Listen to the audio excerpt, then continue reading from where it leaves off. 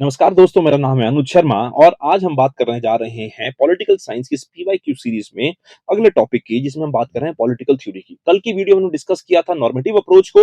आज की वीडियो में हम डिस्कस करने जा रहे हैं बिहेवियरल अप्रोच। बिहेवियरल अप्रोच की जब हम बात करते हैं तो ये क्वेश्चन देखिए, क्वेश्चन कहता है कि examine the importance of behavioural approach in political theory, what led to its decline. तो हमने इस चीज की बात करनी है, तो सबसे पहले हम स्टार्ट करते हैं इंट्रोडक्शन से।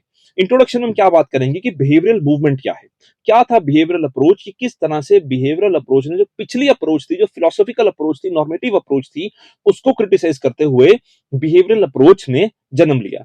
कि वर्ल्ड वॉर वन के टाइम के ऊपर जब पॉलिटिकल साइंस का डिक्लाइन हो रहा था, उस समय के ऊपर किस तरह से पॉलिटिकल थ्योरी में या पॉलिटिकल साइंस में बिहेवियरलिज्म का जन्म होता है और बिहेवियरलिज्म अपनी नई अप्रोच लेके आता है।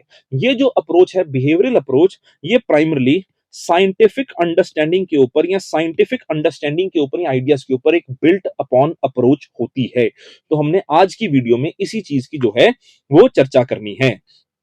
तो बिहेवियरल अप्रोच को हम स्टार्ट कर सकते हैं साइंटिफिक अंडरस्टैंडिंग से। तो आप लिख सकते हो कि behavioural approach a movement emerge with in the mid 20th century aimed at introducing scientific rigor and empirical methods by quantitative research to analyze individuals groups behave within the political system। यहाँ पे ये quantitative research का idea बड़ा important है, क्योंकि इससे पिछली जो अप्रोचेस हैं वो सारी की सारी क्वालिटेटिव आइडिया के ऊपर फोकस करती थी, क्वांटिटेटिव के ऊपर, डाटा के ऊपर, साइंस के ऊपर, फैक्ट के ऊपर नहीं फोकस करती थी।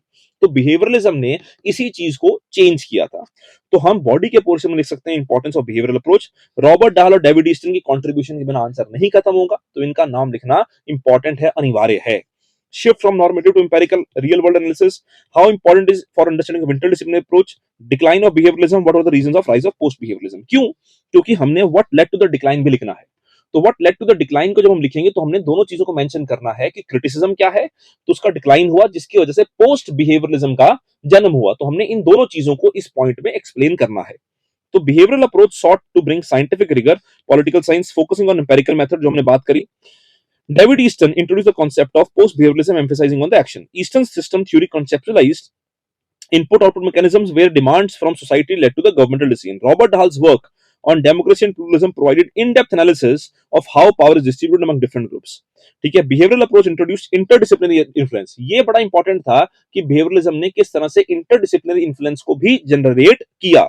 Behavioural approach sought to make political theory value free, non perspective. ये अंडरलाइन कर लेना, वैल्यू फ्री और नॉन पर्सपेक्टिव, क्योंकि वैल्यू फ्री बनाया गया था। यही क्रिटिसिज्म दिया गया था कि जो पिछली अप्रोच है वो value laden, value heavy approach है, तो इसको वैल्यू फ्री अप्रोच करके देखा गया।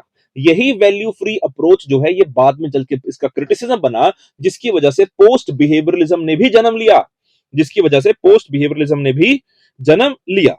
ठीक है जी। Despite this initial success, behavioural approach face several challenges that led to the declines. Leo Strauss argued that behavioral approach neglected important normative questions। कि भाई आप डाटा डाटा करते जाओगे, आप वैल्यूज की बात ही नहीं करोगे, आप जस्टिस की बात ही नहीं कर रहे हो। जो आपका प्राइमरी ऑब्जेक्टिव है, जो आपका प्राइमरी फोकस एरिया है, आप उस फोकस एरिया से डाइवर्ट हो गए। ठीक है ना, आप उस फोकस एरिया से डाइवर्ट हो गए तो आपकी आउटकम क्या बचेगा। आप सोचो, आप यूपीएससी की तैयारी करने आए हो, आप आईएएस बनना चाहते हो, आप आईएएस बनने के अलावा सब कुछ देख रहे हो, तो फोकस कहां है। वही बात है कि भाई आप जो है वैल्यू फ्री कैसे हो सकते हो, जब आपका काम ही जस्टिस को बताना है, आपका काम ही स्टेट की बात करना है, आपका काम ही ये है कि किस तरह से आप लिबर्टी इक्वालिटी को अचीव कर सकते हो। आप उन सारी चीजों को छोड़ के आप बिहेवियरल अंडरस्टैंडिंग में इकोनॉमिक्स को, साइंस को, पब्लिक एडमिनिस्ट्रेशन को, सोशियोलॉजी को मर्ज करने की कोशिश कर रहे हैं, तो इंपैक्ट तो आना ही था। ठीक है जी। Frankfurt school argued that behaviouralism failed to account for deeper ideological issues and shape political behaviour. इसी चीज को चेंज करते हुए आया अल्टीमेटली पोस्ट बिहेवियरलिज्म, जिस पोस्ट बिहेवियरलिज्म में क्या देखा गया कि नॉर्मेटिव प्लस या फिलोसॉफिकल प्लस बिहेवियरलिज्म के अच्छे अच्छे पॉइंट्स को मर्ज करके आज के इश्यूज के लिए उसको इफेक्टिव बनाया गया। तो ये है आपका आज का आंसर। अब मिलते हैं हम अगली वीडियो में।